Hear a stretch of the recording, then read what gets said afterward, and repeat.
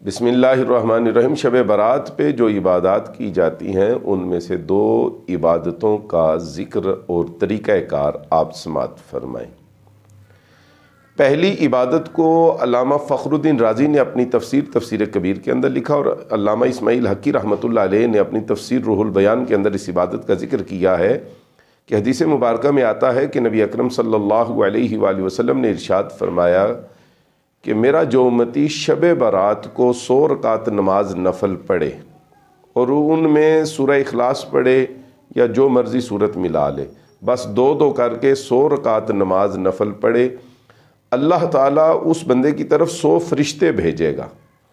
ان میں سے 30 فرشتے اس کو جنت کی بشارت دیں گے، 30 فرشتے اس کو دوزخ کے عذاب سے محفوظ رکھیں گے، 30 فرشتے اس کو دنیا کی مصیبتوں سے بچاتے رہیں گے، اور 10 فرشتے اس کو شیطان کی چالوں سے محفوظ رکھیں گے۔ یہ پہلی عبادت ہے، 100 رکعت نماز نفل پڑھ لیے جائیں دو کر کے شب برات کو، تو اللہ تعالیٰ یہ انعامات اور یہ بشارتیں اس کے اوپر نازل کرے گا جن کو ابھی آپ نے سماعت فرمایا ہے۔ دوسری عبادت کا ذکر بھی تفسیر روح البیان میں کیا گیا ہے، اور اس کے علاوہ ایک بڑی مشہور کتاب غنیۃ الطالبین ہے۔ یہ وہ کتاب ہے جس کو حضرت غوث اعظم سید عبد القادر جیلانی الحسنی والحسینی رضی اللہ عنہ کی طرف منسوب کیا جاتا ہے۔ یہ کتاب یا آپ کی تصنیف ہے یا آپ کے ملفوظات ہیں، فرمودات ہیں اور ارشادات ہیں۔ غنیۃ الطالبین کی روایت ہے کہ حضرت امام حسن بصری فرماتے ہیں کہ میں نے 30 صحابہ کرام کو یہ روایت کرتے ہوئے سنا ہے کہ تاجدار کونین صلی اللہ علیہ وآلہ وسلم نے ارشاد فرمایا کہ میرا جو امتی شب برات کو دو کر کے 100 رکعت نماز نفل پڑھے اور ہر رکعت میں 11 مرتبہ سورہ اخلاص پڑھے، بعض روایات میں 11 دفعہ کا ذکر ہے، بعض روایات میں 10 دفعہ کا ذکر ہے، تاہم 10 دفعہ یا 11 دفعہ وہ پڑھ لے یہ اپنی مرضی کے اوپر منحصر ہے۔ 10 دفعہ سورہ اخلاص پڑھ لیں یا 11 مرتبہ پڑھ لیں، 100 رکعت نماز نفل پورے کیے جائیں اور دو کر کے پورے کیے جائیں۔ تو امام حسن بصری رحمۃ اللہ علیہ فرماتے ہیں نظر اللہ الیہ 70 نظرہ وقضى اللہ لہ بکل نظرۃ 70 حاجہ ادناہا المغفرہ۔ امام حسن بصری فرماتے ہیں یہ صلاۃ الخیر ہے، اور جو بندہ شب برات کو صلاۃ الخیر پڑھ لیتا ہے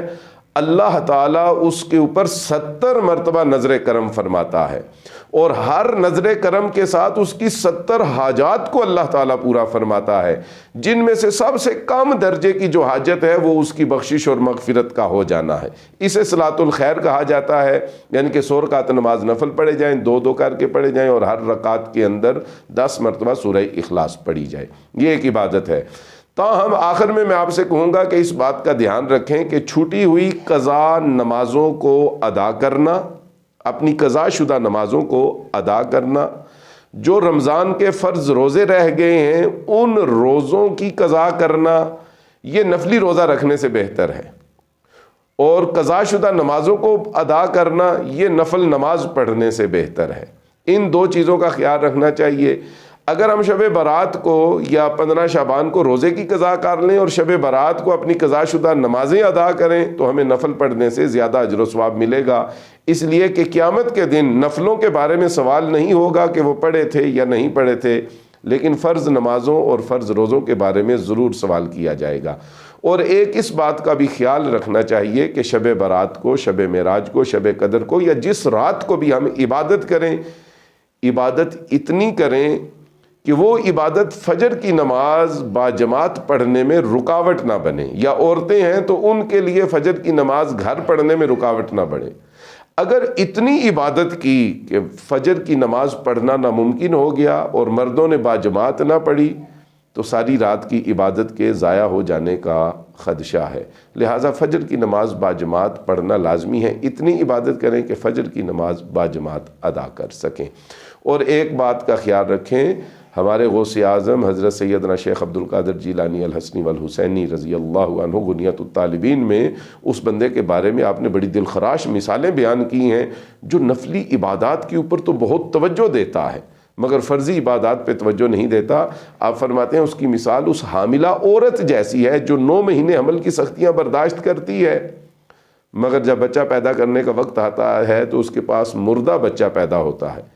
یعنی کہ حمل کی تکالیف بھی برداشت کر لیں، اور جب کچھ ملنے کا وقت آیا تو ملا بھی نہیں، الٹا دکھ، غم اور اندوہ کا سامنا کرنا پڑا۔ دوسری مثال آپ نے دی ہے کہ جو بندہ فرضی عبادات کا خیال نہ رکھے اور نفلی عبادات کی طرف زیادہ مشغول رہے، آپ نے فرمایا اس کی مثال اس مقروض جیسی ہے جو اپنے قرض خواہ کو اصل رقم واپس نہیں کرتا مگر تحفے تحائف دیتا رہتا ہے، مگر اصل قرضہ اس کے سر کے اوپر باقی رہتا ہے۔ لہٰذا ہمیں چاہیے کہ شب برات کو عبادت کریں، بلکہ ہر رات کو عبادت کرنی چاہیے، اپنی فرض نمازیں بھی پوری پڑھنی چاہیے، 15 شعبان کا روزہ بھی رکھیں، یہ بھی بڑے ثواب کا کام ہے، مگر اپنی فرضی عبادات پہ خصوصی توجہ دیں، اللہ تبارک و تعالیٰ قبول فرمائے۔